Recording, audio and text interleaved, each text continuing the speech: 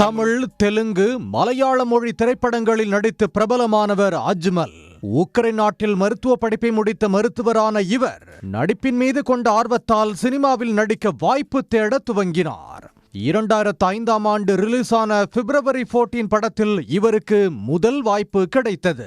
இதனைத் தொடர்ந்து மலையாளத்தில் பிராணய கலம் என்ற படத்தில் ஹீரோவாக நடித்தார். தமிழில் இயக்குனர் மிஷ்கின் இயக்கத்தில் நடித்த அஞ்சாதே திரைப்படம் அஜ்மலுக்கு நல்ல வரவேற்பை பெற்று தந்தது.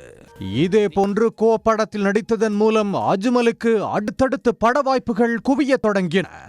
ஹீரோவாக மட்டும் இன்றி சில படங்களில் குணச்சித்திர வேடத்திலும் நடித்து வருகிறார். விஜய் நடிப்பில் கடந்த ஆண்டு வெளிவந்த தி கோட் படத்திலும் நடித்திருந்தார். அஜ்மலுக்கு திருமணமாகி ஒரு ஆண் மற்றும் ஒரு பெண் குழந்தை உள்ளனர். இந்த சூழலில் இன்ஸ்டாகிராம் பக்கம் ஒன்றில் அஜ்மல் இளம் பெண்களோடு ஆபாசமாக பேசும் ஆடியோ, வீடியோ, மெசேஜ் ஸ்கிரீன்ஷாட்டுகள் வெளியாகி பரபரப்பை ஏற்படுத்தியது. அந்த உரையாடல்களில் நடிகர் அஜ்மல் பாலியல் ரீதியில் பெண்களிடம் பேசியதாக கூறப்படுகின்றன. இந்த ஆடியோ, வீடியோ காட்சிகள் சமூக வலைதளத்தில் வெளியாகி பெரும் பரபரப்பை ஏற்படுத்திய நிலையில் அவருக்கு எதிராக விமர்சனங்களும் மீம்களும் பகிரப்பட்டன. அதே வேளையில் அஜ்மலுக்கு ஆதரவாகவும் சிலர் கருத்து தெரிவித்திருந்தனர். வீடியோ அழைப்பு மற்றும் தொலைபேசி உரையாடலின் ஒரு சில பகுதி மட்டுமே பகிரப்பட்டுள்ளது.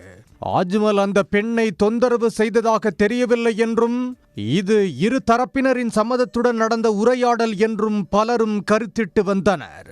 பரஸ்பர நம்பிக்கையுடன் நடந்த ஒரு தனிப்பட்ட உரையாடலை ஒருவரை இழிவுபடுத்தும் நோக்கத்துடன் வெளியிடப்பட்டது போல் தெரிகிறது என்றும் நெட்டிசன்கள் கருத்து தெரிவித்து வந்தனர்.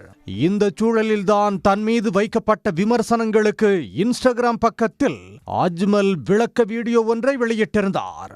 அதில் 2 நாட்களுக்கு முன்பு தன்னை பற்றி மிகவும் மோசமான செய்திகள் வெளிவந்தன என்றும் AI பயன்படுத்தி உருவாக்கப்பட்ட எந்த ஒரு போலி கதையோ குரலோ தன்னையும் தன் வாழ்க்கையையும் அழிக்க முடியாது என கூறியிருந்தார்.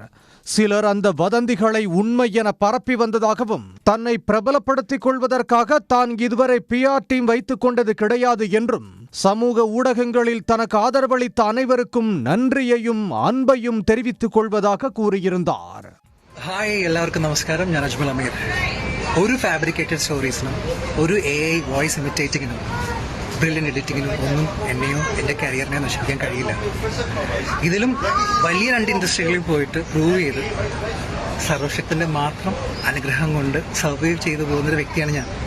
കൃത്യമായിട്ടൊരു മാനേജറില്ല, ഒരു PR ടീമില്ല, കൃത്യമായിട്ടുള്ള സോഷ്യൽ മീഡിയ ഹാൻഡിലുകളില്ല. പണ്ടിപ്പോഴോ എൻ്റെ ഫാൻസുകാർ തുടങ്ങി തന്ന ഒരു സോഷ്യൽ മീഡിയ പ്രൊഫൈലാണ് കണ്ടിന്യൂ ചെയ്ത് പോയിക്കൊണ്ടിരിക്കുന്നത്. പക്ഷെ ഇന്ന് മുതൽ എന്നെ സപ്പോർട്ട് ചെയ്ത എല്ലാവർക്കും ഒരായിരം നന്ദി.